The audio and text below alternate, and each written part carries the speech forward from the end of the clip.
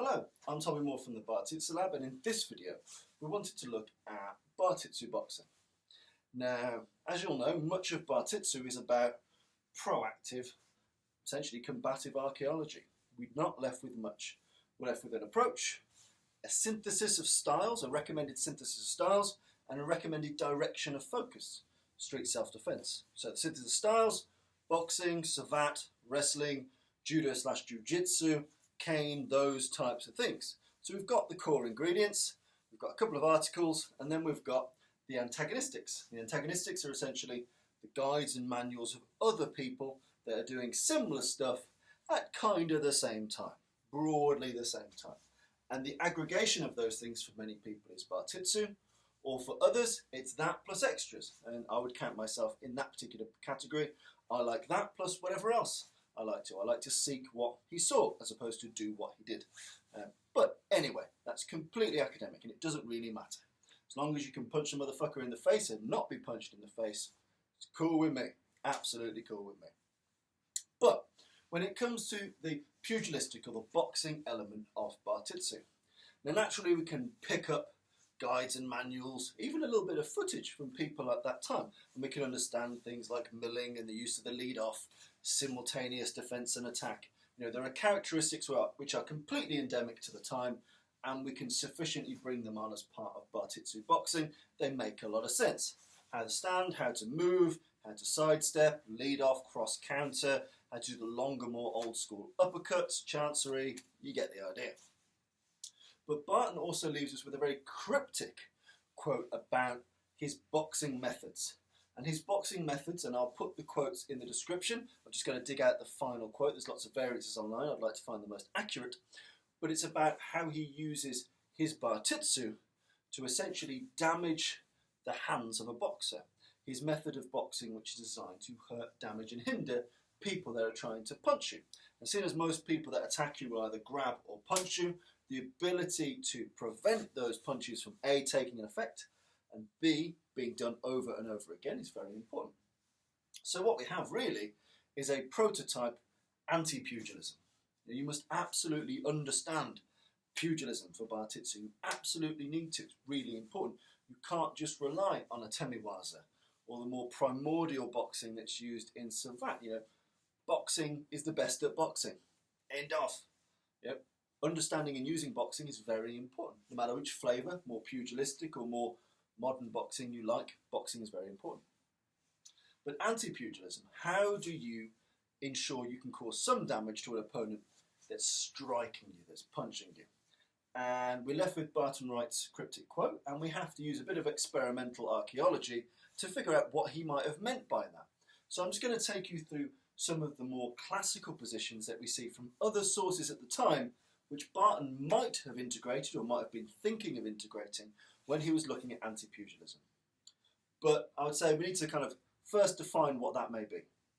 I would define the anti-pugilism as things that keep you safe whilst causing harm to the hands of the opponent. I would see that as my go-to definition of anti-pugilism. And so let's move through some of the things that you might have done or Barton might have had in mind when he was working on this material.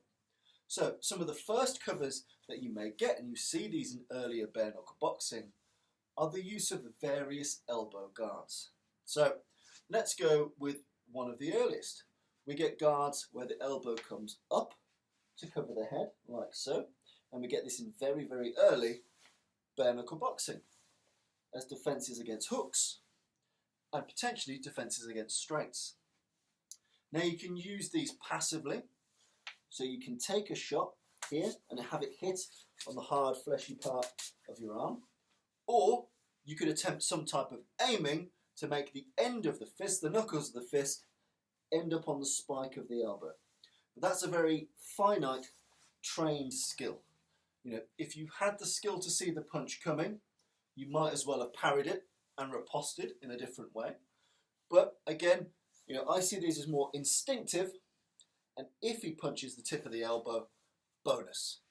But essentially, in theory, this is about keeping the hand in tight. In more modern day situations, people tend to grab the back of their head. I prefer an open hand.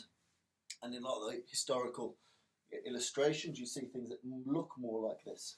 But the elbow guard to cover the head from hooks or to take a straight on here. You can aim it into the straight or you can just cover and turn. Either way, one element of anti-pugilism can be like this. Another element of anti-pugilism can be the elbows coming diagonally up across the face, like so. So again, we see this in traditional pugilism, in illustrations of defences in traditional pugilism. Bringing the elbow diagonally up, covering the jaw, aiming to A, prevent your head being shook and rattled and therefore knocked out, and B, hoping potentially to spike his fist on your hard bony elbow. So again, in your pugilistic stance, here, here. So different uses of the elbow. Again, it's optimistic to assume it will always land on the elbow, but if it hits you here or here, you'll survive that, you'll take it, and ideally, you then respond. You know, a go-to example would be something like cover and then chopper, although that's many years earlier than Bartitsu. You get the idea. There is still something in the public consciousness about using an elbow-style cover to keep your face safe and to potentially damage his wrists and fists. So diagonal elbow, vertical elbows, which are both aimed or passive. Then you've got things that are a little bit different. So as you move later into pugilism, especially in American pugilism, you get guards like this. So as people start to crouch a bit more and therefore be a bit square on compared to the more bladed European pugilism, as the Americans get a bit more square on, you get guards like this, which then eventually, later in their evolutions become, things like, the mongoose guard, foreman's guard, potentially things like even like the O'Neill cover. They're all a variant of essentially giving yourself a bit of a hug. So from here, and again, this could be using the forearms to make a hard stop, or when you pull it in tighter, you've got the points of these elbows sticking out. So from here, you've got the points of these elbows, and you can manipulate your body as you do this to spike. So you can just stay static, though in reality you might want to turn and spike with it. So you might want the ability to try and get the fist to drive into one of these. So again, you can do it centralized and static, or turn to try and spike. That might be an example of a type of anti-pugilism that could have been used. You also see things such as single variants of this, what people in modern day parlance call the Dracula guard. But again, like I mentioned earlier, you've got vertical elbow covers, you've got diagonal elbow covers.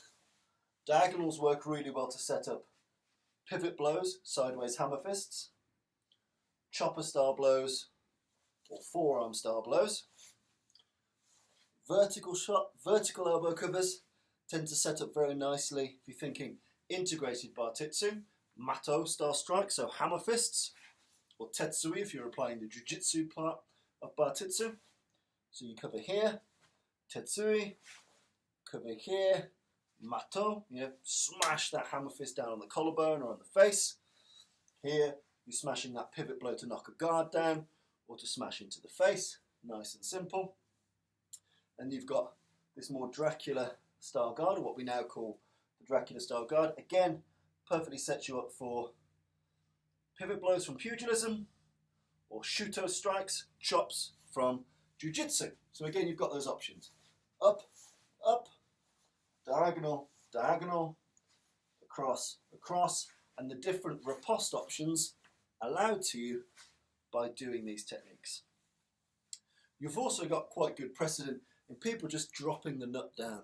So if you've got quite a forward-facing guard and you're pretty tight, you may wish to just try and aim the punches to crack off the hard bit of your forehead. Now, this is an old kind of circus pugilist trick, but essentially you're taking the blow on the hard bit of your head, bang, you're essentially nutting his fist. It comes with high risk, but again, one of the higher reward elements of it is you don't compromise the nature of your guard. Using your head, you're smashing into that fist. So I quite like to do this. Sometimes it works out pretty well for me because I don't compromise the integrity of my guard, but I would say the much safer and surer anti-pugilism bets are in the elbow covers described Some people, especially in modern day arts, if you look at Filipino arts, look at guiding the punching hand. So let's imagine this, guiding the punching hand into the elbow. But that then requires the finite skill of, at speed, under duress, manipulating a limb in movement and driving it into a hard bony thing. And I don't see that happening very much at all. So I see many of these anti-pugilism guards as A, it keeps me safe. If it does that, job done. B, if it does wreck his hands, extra bonus, extra sprinkles on the cake. So that's how I envision Barton Wright's idea of anti-pugilism, his way of using the elbows or using the body in such a way that you really damage the fists of a decent pugilist. But I'd say that if you're going to do that, you do also need a solid ability and skill and understanding of normal pugilism, normal boxing. In the same way that if you're looking to be anti-grappling, if you're a sprawl and brawl kind of guy, you still need to understand the fundamentals of wrestling, kazushi, unbalancing, grips, centre of gravity. You need to understand it to fight it, and it's the exact same with pugilism. So that's just my take. The elbow covers, using the head, or using what we now call an O'Neill cover or a mongoose guard, that kind of parallel forearm piece, to smash up or damage the hands of the opponent. But I'd be really interested to see what you guys have been working on, or how you think Barton might have gone down that path, and how much you think he would have focused on anti-pugilism compared to just being a very good pugilist, saboteur, jiu-jitsuker, and pulling them together. But it's an interesting train of thought, interesting thought experiment. Do give those different guards a go. There are hundreds and hundreds of different plausible guards and defences from pugilism, from savate, from other things, but I've tried to focus on the ones that will cause damage to the attacking limb, as well as keeping you safe. So I know there's so many guards. You know, if you think about just your basic pugilistic blocks, down, down, up, up, smashing your forearm into the opponent's arms, that can be percussive, that can be damaging. So absolutely understand, you can wreck a boxer's game up just by slamming these hard in. But I would say, you know, from looking at what was mentioned and just kind of exploring it in my own mind, for that particular element, I think for his particular quote, using the elbows to damage the fists, I think that's where he was going, and that's where some of these older pugilistic guards, parries, blocks, and defences might have come into their own. But again, it's a living experiment. You play with it, see what you think. Cheers.